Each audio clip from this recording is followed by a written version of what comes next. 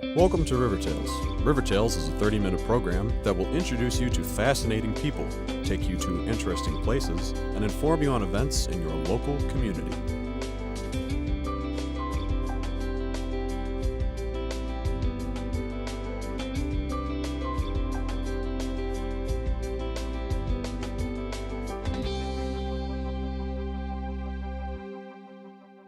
River Tales is brought to you by Southeast Health.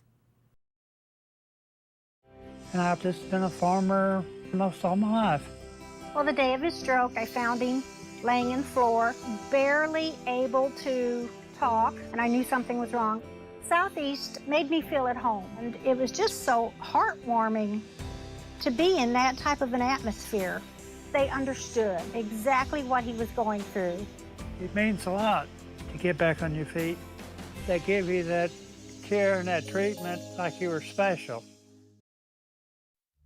Today, more than ever before, women are on the front lines of America's defense. These brave women struggle and sacrifice to help keep our country secure. They deserve to be recognized for their service as guardians of freedom. Please support the American Legion's efforts to serve the growing number of women veterans. Go to legion.org/honor veterans to find out how you can help. Southeast Health. From when you're first expecting to those unexpected accidents, and from fighting illness to staying well. Throughout your life and throughout generations, we'll be here when you need us and where you need us. Southeast Health. The difference is how you're treated. Join us online. On this edition of River Tales, we visit with a few true American heroes. 6 Marines who fought bravely in the Battle of Iwo Jima gather each year to celebrate their past and embrace their present.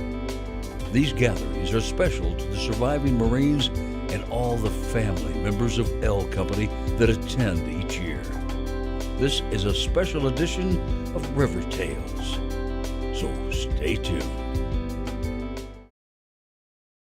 When I found out I had cancer, I was scared, not only for my own life, but for what would happen to my family. The staff at Southeast became family and friends to me and to David and to our children. They're heroes that no one sees unless you're there. You almost feel the warmth wrap around you when you walk in. To me, my family is the most important thing, and the fact that the Southeast Cancer Center treated me like family and treated my family like their own made all the difference.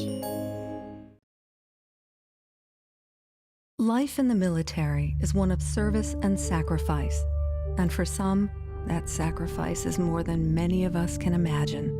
Please join with the American Legion in recognizing and supporting our wounded warriors and their families. Let's not allow them to be forgotten and left to fend for themselves. They deserve more. Sometimes just thank you isn't enough.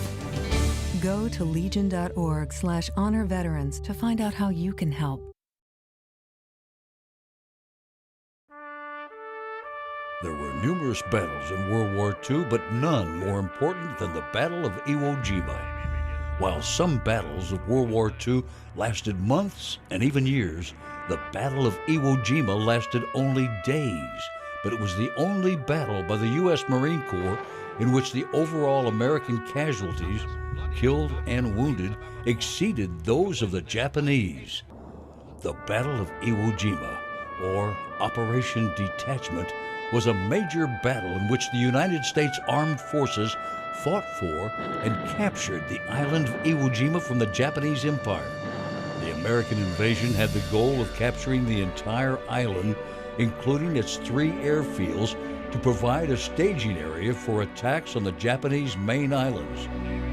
This invasion was the first American attack on Japanese home territory, and the Japanese soldiers and Marines defended their positions tenaciously with no thought of surrender. The Japanese general in charge never considered surrendering to the Americans to save his men, and he and his officers had vowed to fight to the death, no matter how hopeless their battle was. The battle was immortalized by Joe Rosenthal's photograph of the raising of the U.S. flag on top of Mount Suribachi by 5 U.S. Marines and 1 U.S. Navy battlefield hospital corpsman. The photograph records the second flag raising on the mountain, both of which took place on the 5th day of the 35-day battle. The picture became the iconic image of the battle, and it has been widely reproduced. Although the Battle of Iwo Jima took place over 68 years ago, there are a few living members of L Company, 3rd Battalion, 23rd Marine Regiment, 4th Division that will meet each year to share their life memories. It was the Battle of Iwo Jima that brought them together, but it was their life's journey that keeps them coming back to this second family. Dr. Frank Nickel, Professor Emeritus at Southeast Missouri State University, interviewed 6 Marines from the L Company on their visit to Cape Girardeau. And when you landed on that beach, what were your thoughts and your reactions? Actually, we were in reserve, our battalion. The 1st and 2nd went in first, and we were in reserve. We got to come in right behind them, pretty quick. But after a pretty long while, we were told to go in to relieve the 1st or the 2nd Battalion, I'm not sure which. But when we went in, we were the front line. They were pretty well wiped out. They just didn't see anybody. They have a policy to rotate what unit will land in the first wave. Right. And since we were in the first wave on Saipan, they put us in reserve for Iwo Jima. And so we landed there about 1 o'clock in the afternoon with a mission to move in and replace the battalion ahead of us, which was the 2nd Battalion. We become the front line when we landed, after we got on the airport. So you went right in? Yeah, right into the front line. Dug in right at the edge of the first airstrip that night on D-Day 1. But it wasn't easy getting there because that soft ash, you went up to your knees. You run a little way and you were out of breath. You were pooped. Catch your breath and move a little bit further, but that stuff is hard to move in.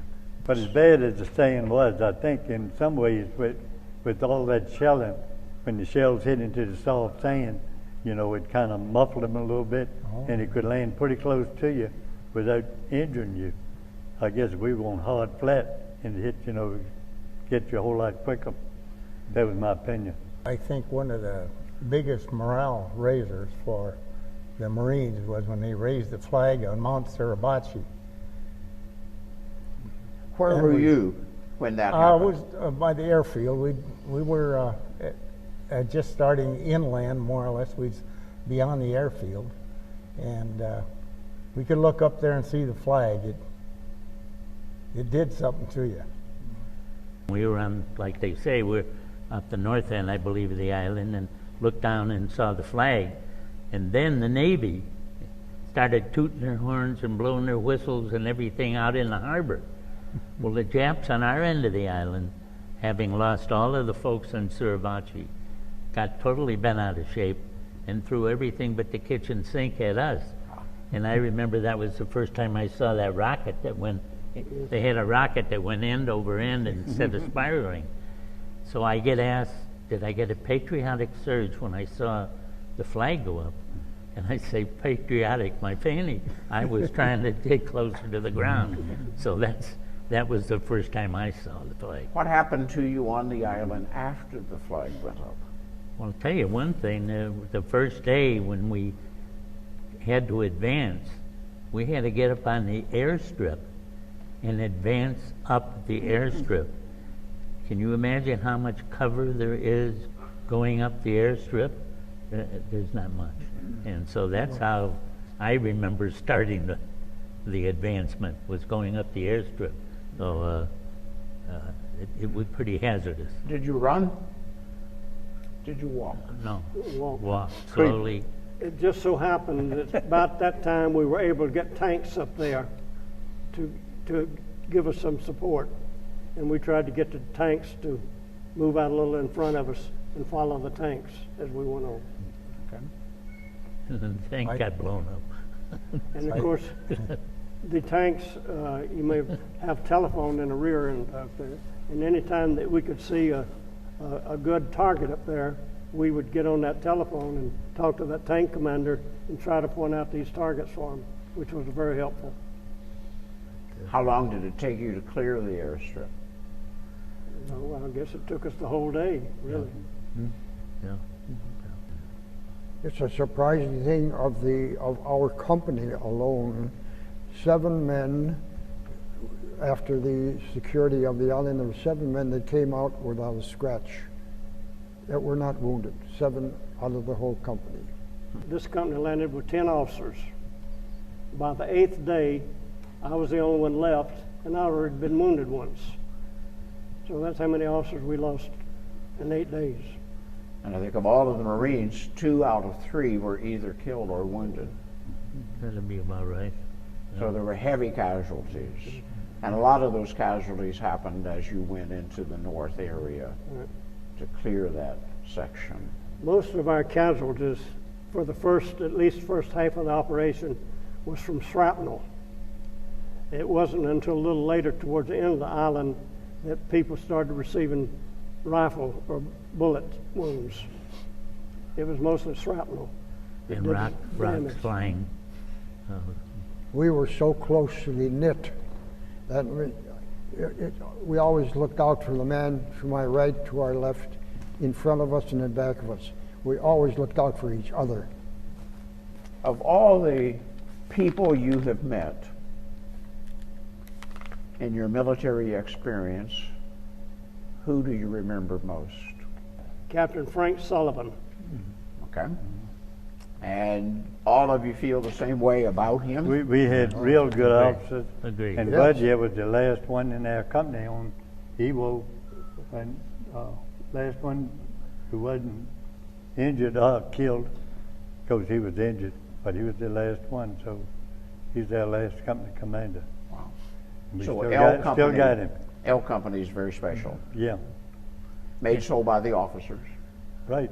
We would have followed him anywhere. We would have followed that officer anywhere.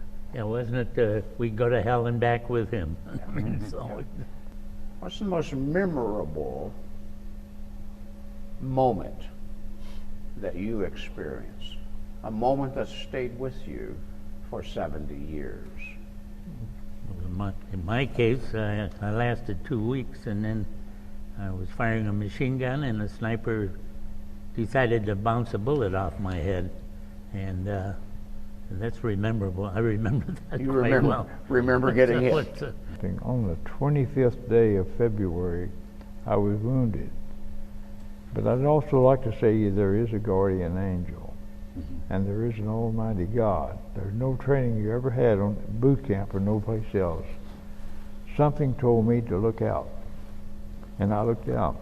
I didn't see the mortar, fire the shell, but I caught it about 15 feet after it was in the air, and I turned my head, and something told me to look back up, and I caught that same shell as it was coming, and as it made an arc, it was like a baseball coming out into center field, and I made a dive to get out, and that mortar fell in the hole where I was at. And there's no training, like I said, you could have in Paris Island or any place else. That was a guardian angel.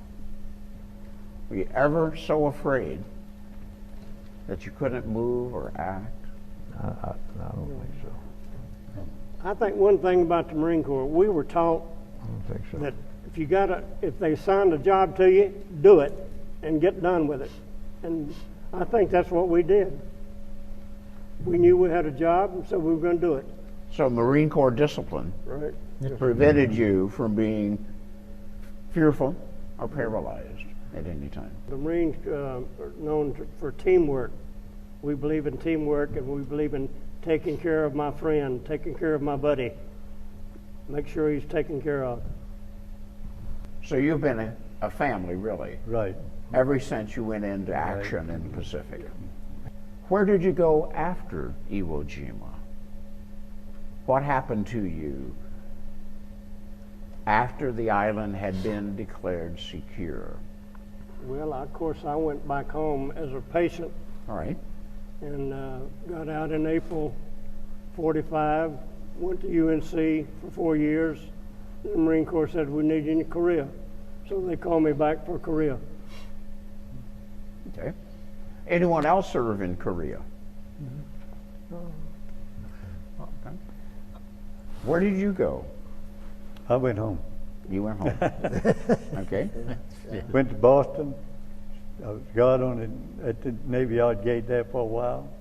Went down to Quantico and was on the shooting range there as an instructor, although I wasn't qualified that much, but it was a job until I got out on points. Okay.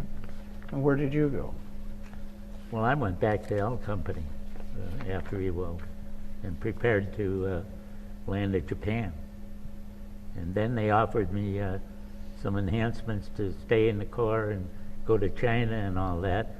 And I suggested I had enough points or whatever, and that I wanted to give that civilian life a chance to see. Yeah, so I thought I'd take that, so I did. And okay.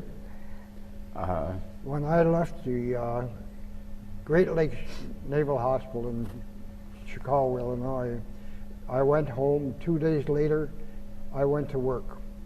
2 days later? 2 days later, I had a job. I worked primarily before that as a newspaper carrier and station captain for the Milwaukee Journal newspaper. So they offered me a job in their state circulation department. So I routed newspapers all over the state and locally.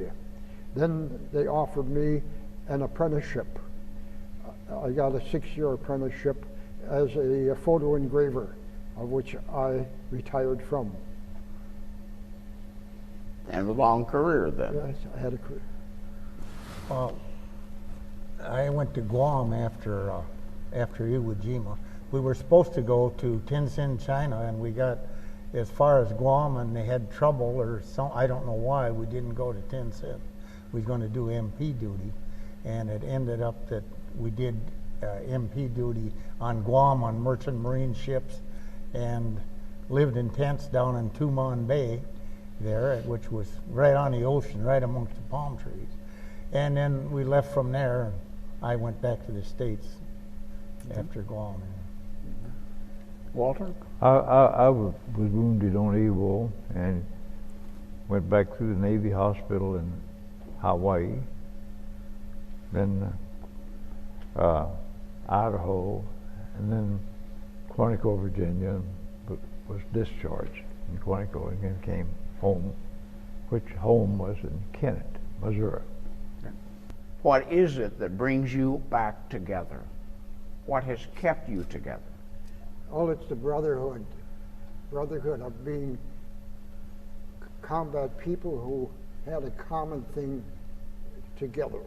I mean, we were family, that's what we were. We started out as a division with all of these former and fellow Marines of mine, and we started that way.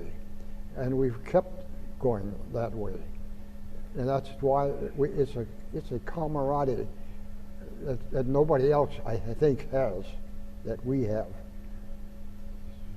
It's a remarkable story. And I think of all of the stories coming out of Iwo Jima, you may have the most unique one. Because you've been meeting for how long? Since about 1946, really. Since 1946? Yes.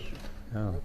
The division started meetings at that time, although the company itself used to go to the meetings, but there's very few people there from the company, and so we didn't have a separate party, so to speak. But in the beginning of 1972, we decided that we would have our own party, and we decided whatever member of the company would like to host it, that's where we would meet. So you've been doing it since 72. Yes. That's correct. As a unit. Yeah. But from 1946, from really World War II to the present time. Right. Under the banner of the 4th Division, 3L23 Company. I think one of the things that we're concerned about is we're not only just members of L Company, but we have contacted relatives of those people that maybe lost their lives during the war, and asked them to please come and join us. And we are very pleased to have several of those with us. And we consider, of course, them our family also. So you have brought in your family base. Yes. But the thing that really brings you together is the memory of Iwo Jima and the horrors of that engagement. Yes, I think you have a certain bond with the ones that you were with, and that makes a big difference. Anyone else have an observation? Well, one observation is all of our wives and lady friends seem to get along as well as we do with each other. And so there is another bonding there. And generally what happens is the ladies go over on one side of the room and chit-chat, and we'll be on the other side reinventing the war again, or something like that. But it's a combination of that, and our families are supporting our uniqueness of going together too. So and we have wives that their husband has passed away, and they continue to come to visit, same as a family. And they are family. We love them just like we would if they were blood kin. So there's a connection that has kept you together for nearly 70 years. Yes. Also, some of our sons and daughters come to the event, to our get-togethers. We have grandchildren that come to our meetings. And they continue to learn about you? Yes.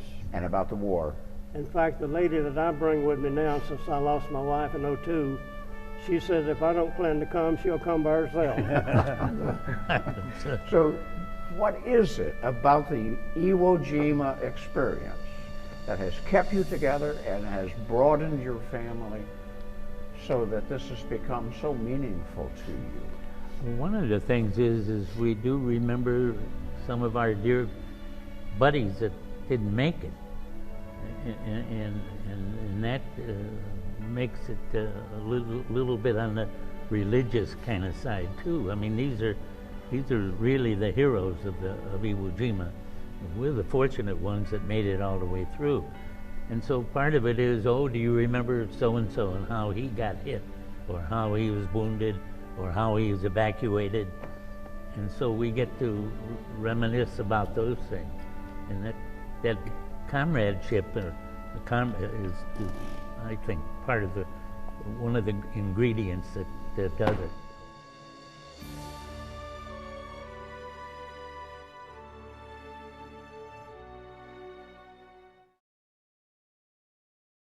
Along with the soldiers, there are the widows and wives of the Marines of L Company that meet each year. They have always included family members of the fallen Marines in their annual gatherings, and most hope that this tradition will continue. And we first became involved in the 4th Marine Division in 1965 when my husband found out that they were having national reunions. And usually the L Company would just get together one time during that national reunion. But we decided we had such a good time that we wanted to have our separate meetings, reunions. So we started that, and it's just pure joy to come around and see these people because we're family. I'm privileged to be a part of the L Company reunion. I'd heard about it for a number of years before I actually attended. My first event was in 2002 when I came. That's my first time I got to meet these legendary Marine soldiers, and their reputation preceded them, I will assure you. At that time, the reunions began to expand by including more of the children, grandchildren, and some of the widows at that time. Isla, I think, was one of the first widows to come by herself. They encouraged her to, and we brought her along, and since then we've added a number of widows. I have been doing a newsletter for them for the past probably 15 to 18 years, and I've sort of kept them together through a newsletter. and things happen or they want me to know something, they let me know, and I do a quarterly newsletter for them. Well, we've all become very close, and even when the Marines pass on, the widows come. They like to come and they get invited, and since the ones that are here are getting up in years, the families see to it that they get to these reunions, no matter what. We kind of found the group about 10 years ago. We, I guess it was the captain of this group, had called us on the phone, and we talked to him, and he told us about them having these reunions every year. So since then, we've gone to them, and we've enjoyed it, and the people have just become family. I look forward to seeing them every year. Well, my husband fought in Iwo Jima, and they had the national convention in Minneapolis one year, and we decided to go to that, and that is where we met the rest of all the L company. And ever since that, every year we've gone, except I lost my husband 5 years ago, but my sons drive me to these every year. I love hearing the stories that they tell, because my husband did not discuss a lot of it with me. Well, like I said, it seems like we have so much in common, and they've all suffered separations because of the wives not being able to go. And I don't know, we just get along so well all the time. Of course, we've kept up now with we're closer now because of the emails, and we talk a lot on our cell phones and things, and we really have a great time. We don't have any children. These are our children. We're just so close, and everybody just, you can't wait to see one another. And when we get together, it's all hugs and kisses. Men, women, children, it's all big one family. So there's no separation. There's just this common bond that the fellas had that just seemed to ignite our hearts too.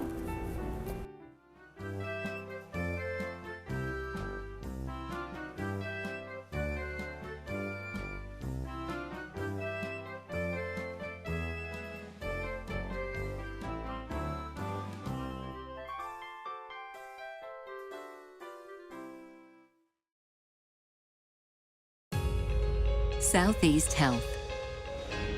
Diagnosis. Treatment. Rehabilitation. Prevention. A system of care. Here when you need us and where you need us. Southeast Health. The difference is how you're treated. Join us online. The American Legion honors our newest generation of warriors and veterans. Please join us in supporting and recognizing their unique contributions and needs. The unemployment rate among veterans is unacceptably high. They are a proven commodity, and they deserve a chance to get back to work after serving their country. Hire them. Today, more than ever before, women are on the front lines of America's defense. They deserve to be recognized for their service as guardians of freedom and to receive the best treatment and care we can provide. Let's not forget our wounded warriors and their families as they return home. We cannot allow them to be forgotten and left to fend for themselves. They deserve more. And let's honor the families who sacrifice so much every day. As the service member serves, so does the family. Please join with the American Legion to find out how you can truly honor America's newest generation of veterans. Go to legion.org/honor-veterans to find out more. All of a sudden, I started having pains in my upper chest, and I thought I had just pulled a muscle. I had no idea I was having a heart attack. The nurses and the staff at Southeast Health gave me excellent care, and I am just so blessed that I chose to go to Southeast Health. It's changed my life. I appreciate things more now. And if it wasn't for Southeast Health, I would not be here.